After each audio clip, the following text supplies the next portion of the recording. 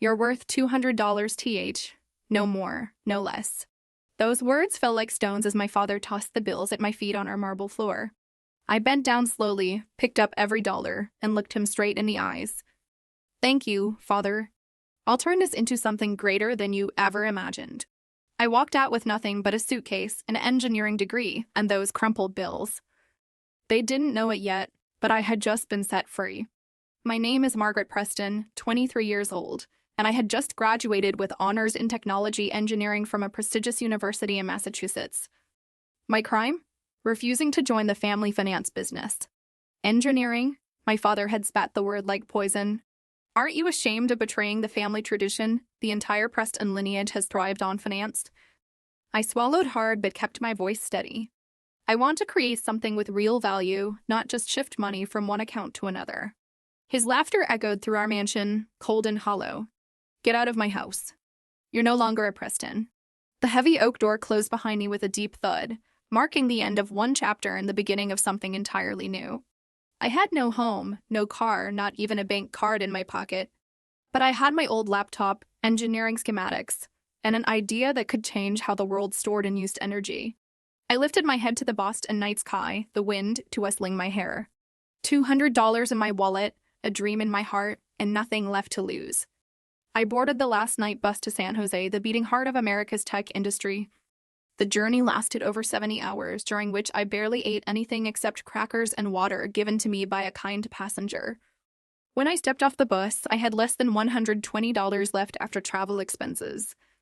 I had no contacts, no place to go. That night, I slept on a park bench with my laptop as a pillow and an old scarf as a blanket. I thought I would cry, that I would curse life, but I didn't. I only felt calm, perhaps because for the first time, I truly had nothing left to lose.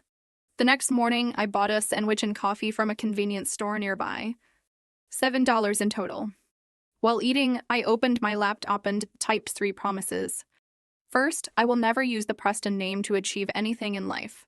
Second, I will create something that changes how the world uses energy. Third, when I return, it will be on my own terms. I looked up at the buildings glowing under the rising sun.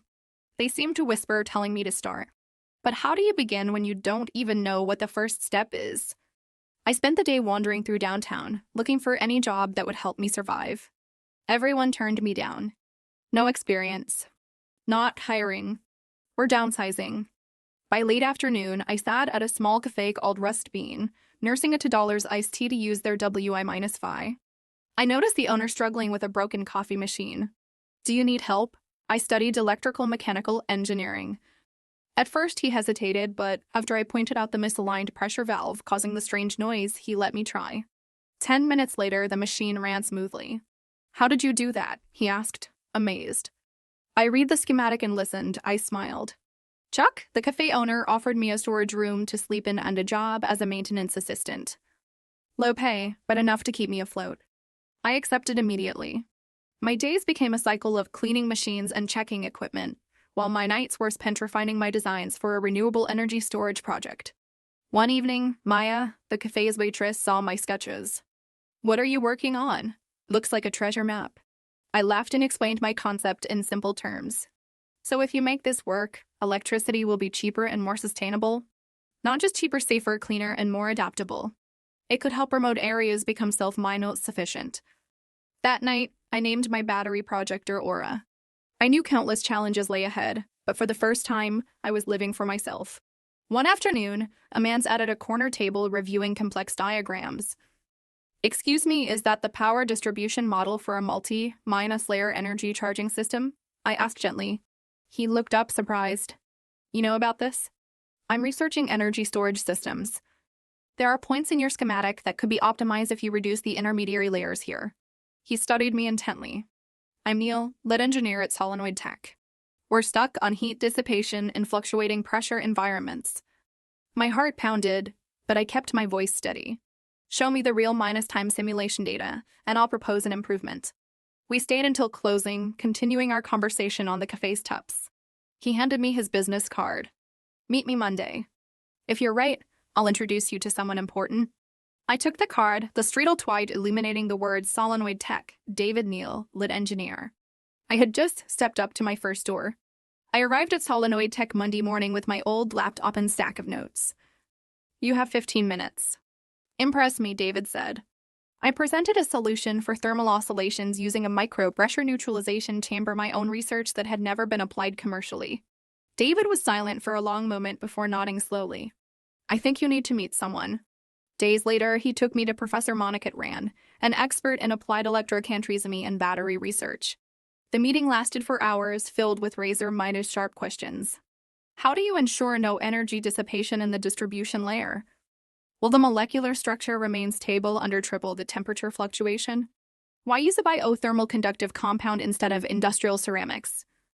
I answered with everything I knew and everything I'd taught myself during late nights at the café. When the session ended, Monica nodded at David. Put her in the temporary research group. I want real Minoa's world testing within a month. I couldn't believe my ears from sleeping in a storage room to accessing one of America's top energy research facilities. The 1-month trial was grueling morning shifts at the café, afternoons and evenings in research, then refining models until 2 a.m. I learned to measure intramolecular resistance, work with nanocompetitive materials, and simulate extreme electromagnetic environments. In the fourth week, I presented Aurora's first prototype. After testing the data all afternoon, Monica simply said, "There's potential." 3 days later, I received an email Stanford Lab officially grants access to Margaret Preston. Project Coder or Beta. My hands trembled as I read the words. The next few months were relentless progress. I moved out of the storage room into a small apartment near Stanford, thanks to a research grant Monica helped secure. I spent almost all my time in the lab, working with materials I'd only read about in textbooks. Days running experiments, nights writing reports and optimizing every detail. Sometimes I collapsed asleep on my desk, waking with tangled hair and a sore wrist. But not once did I feel like quitting. Then, one October night, while testing the third generation or a prototype, the data showed something unprecedented. A storage efficiency of 98.4%, a number never recorded before. I ran the test 3 times, checking every circuit and molecular layer. The result didn't change. I sank into my chair, unable to believe my own eyes. Breakthrough confirmed. Aurora is alive, I messaged to Monica. She called immediately. Margaret, do you realize what you've just done? I think I just rewrote a new chapter in energy storage. We need to prepare for the International Energy Conference next month. You will present. I looked at the Aurora Project logo on my screen, a soft, swirling light representing energy that never fades. I had promised to create something that changes the world, and I had just touched it. At the International Energy Conference in Seattle, I stood on stage with hundreds of scientists, investors, and energy executives in the audience. When I presented Aurora the first time, the sufficiency storage system reaching nearly 98.5% performance at 1/3 the cost of traditional batteries, the hall fell completely silent. If renewable energy is the future, then Aurora is the key to unlocking it. The applause was thunderous. Within 2 weeks, I received over 20 investment offers. One stood out: Avery Capital, a venture firm known for turning breakthrough tech into billion-dollar empires. The invitation came from Raphael Lin, their strategy director. I'd been following you since Aurora was just a scribbled idea. Now it's a breakthrough. I want to invest $5 million for 22% equity in the company you're about to build. I gripped my glass, not answering immediately. Margaret, you don't need more people to dream with you. You need people who can turn that dream into reality faster than anyone else. I reached out my hand. We have a deal. Aurora Dynamics was founded the following spring, headquartered in San Mateo. I was no longer the engineer sleeping on park benches. Now, I was CEO, leading a team of over 30 people, including Maya as chief operating officer and David as senior technical advisor. 1 year after the initial investment, we launched the first commercial Aurora Core. Compact, sustainable, half the price of lithium-ion batteries, yet lasting 3 times longer. In 3 months, we signed 17 supply contracts with solar companies across the U.S. The press called us the disruptor of the renewable energy game. I'll never forget seeing my product installed on a New Mexico farm where people once relied on diesel generators. The elderly owner, Clara, took my hand. You've brought light here. Not just electricity, but hope. I couldn't hold back my tears. 3 years after Raphael's first check, Aurora Dynamics went public on NASDAQ. By week's end, the company's valuation surpassed $720 million. My shares were worth approximately $112 million. I remember watching the Bloomberg ticker Aurora Dynamics, the young woman who sparked a revolution. But I didn't celebrate with champagne or parties. Instead, I returned to my office, opened my old laptop, and in Rayminos read the 3 promises I'd made to myself. I had kept them all. Yet deep down, I knew one thing remained unfinished. I hadn't returned to the place that cast me out. And this time, I wasn't coming back for revenge. I was coming to prove that light always finds its way home. The opportunity came when CNBC and the headline Preston Equity, the long-standing Boston investment firm, faces takeover risk after consecutive quarters of losses. Preston Equity, my father's company that he'd built and run for 3 decades. The same company he'd expected me to join before tossing me $200 and cutting me off. The news reported turmoil, outdated portfolios, sluggish response to technologies, and a mass exodus of partners. They faced acquisition from a tech conglomerate called Equinox Holdings. I turned to Raphael. "It's us, isn't it?" He nodded. "Equinox is our subsidiary established to acquire legacy assets. Preston Equity is one of our targets. No one inside knows who truly owns it. I had spent my youth under the heavy shadow of the Preston name. Now I held the power to decide the future of the very empire my father used to disown me." 1 week later, I arrived in Boston. The Preston Equity building hadn't changed: cold gray granite, heavy wood doors, and the gold-minus lettered sign hanging proudly above the entrance. But this time, I wasn't entering as a cast-menaced daughter. I was the CEO of Aurora Dynamics and majority stakeholder of Equinox Holdings, now controlling 48% of Preston Equity.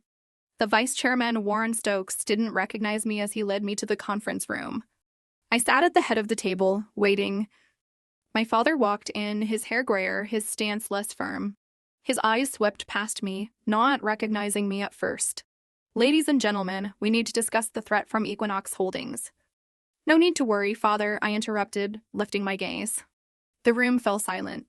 His eyes finally landed on me, and he recognized me. "Margaret." I nodded and smiled calmly. "Hello, Father. It's been a long time." "You're behind Equinox?" a board member stammered. I slid a folder toward my father. "Equinox Holdings is a subsidiary of Aurora Dynamics, and I authorized the takeover." My father froze, eyes locked on the documents. "Why?" His voice was hoarse. "Because you taught me that a person's worth is defined by what they create. Today, I returned to prove you were right, just not how you expected." "What do you want from this deal?" Warren interjected. "I don't want to destroy Preston Equity. I want to save it. But to do that, I need to change everything from business model to personnel to investment strategy. The company will merge into Aurora's ecosystem. The Preston name will be no more." My father gripped his chair. "You're willing to bury an entire legacy just for your pride?" I stood, my voice calm but firm. "Not for pride. For the future." I left the boardroom, silence trailing behind me. As I stepped into the elevator, I heard my father call out, "Margaret." I didn't turn back. That afternoon, I sent an official proposal to the entire board. A full merger into Aurora's ecosystem, complete rebranding, executive restructuring, and removal of the Preston family's management rights. With a warning except within 24 hours or Equinox would activate financial clauses calling in debts that I'd quietly taken control of over the past year. The exit door had been locked. That evening, war uncalled. "Edward is rallying his loyalists to block your proposal. But with the current share distribution, he can't stop the process." I didn't come to ask permission. I came to finish this. The next morning at 8 a.m., the board convened. My legal team presented every merger clause with no room for interpretation. When they proposed renaming the company Aurora Capital, Warren quietly nodded. "Who will lead after the merger?" a board member asked. "The current board will be dissolved. The new structure will be appointed by Aurora Dynamics, effective tomorrow." A heavy silence filled the room until my father broke it. "No, I don't accept this." He stood, tapping the ebony table, gaze still commanding despite his gray hair. "You think you can erase 40 years of legacy with signatures? Have you forgotten that this institution built the Northeast investment sector, that the Preston name stood for credibility and tradition?" I pushed the door open and stepped inside. Precisely because the Preston name once carried such weight, it must end at the right moment, before it becomes a symbol of stagnation. My father turned toward me, shock flickering across his face. "You don't have to do this, Margaret." I placed the finalized proposal before him. I'm not doing this for revenge. I'm fixing what you let wither away in complacency. You would erase everything just to prove yourself. I shook my head. I've already proven myself. Without Preston, without inheritance. Only with an idea you called foolish and the $200 you threw on the floor. Warren was first to sign the proposal. Then, one by one, others followed, dominoes falling in an unbroken sequence. Only my father remained. I slid the pen toward him. I'm not forcing you to sign. But if you don't, the shareholders will vote. And the decision will still be executed. He looked at me, gaze filled with both regret and resignation. Then, he signed. The final contract was sealed at 5:48 p.m. Preston Equity officially became part of Aurora Capital under my leadership. As I walked out, the Boston sky burned red, as if bidding farewell to an era. I didn't feel victorious or resentful. There was only closure, as if I'd finally shut a chapter I'd feared to open for years. My father stood watching but didn't call my name again. After the merger, I spent 8 months restructuring the company. Outdated portfolios were replaced with clean technology projects, renewable energy, and sustainable infrastructure. We expanded into multi-layered energy storage, green agriculture, and smart urban redevelopment. I kept none of the old executives, not out of revenge, but because to build the future, we cannot anchor ourselves to what held us back. My father quietly stepped away, moving to our old lake house far from the spotlight. My mother sent a handwritten letter saying she'd followed my journey and was proud, that she'd been wrong to stay silent, that she wanted to see me. I didn't respond, not from anger, but because some distances cannot be bridged by late apologies. 1 year after the historic contract, I continued leading Aurora Dynamics into Europe and Asia. The second minus generation or core had just received global patents. One winter morning, Maya brought me a light brown envelope with no sender's name. Inside was a white envelope containing a folded paper and two old $100 bills carefully pressed flat. Beneath them, in firm but slightly slanted handwriting, "You are worth more than I ever knew. Edward." I sat in silence, not because for the first time in 24 years, my father admitted his mistake in the only language I'd understood from him: action. That afternoon, I drove to Rust Bean Café, where everything began. The place was unchanged: faded wooden doors, a chalk menu board, and the familiar scent of roasted coffee. The machine I'd fixed years ago still ran perfectly. I sat by the window where I'd first sketched Aurora on my worn laptop. I took out the 2 bills, placed them on the table, and wrote on a napkin. This was my starting point. Keep it to remember that great things can begin in the humblest of places. I handed it to the waitress. "Please give this to the owner. It's a tip." Then I walked out, the golden sunset casting a warm glow behind me. I had once left home with a suitcase, a laptop, and $200 thrown at my feet. I returned with a company worth hundreds of millions, thousands of employees, and a mission greater than myself.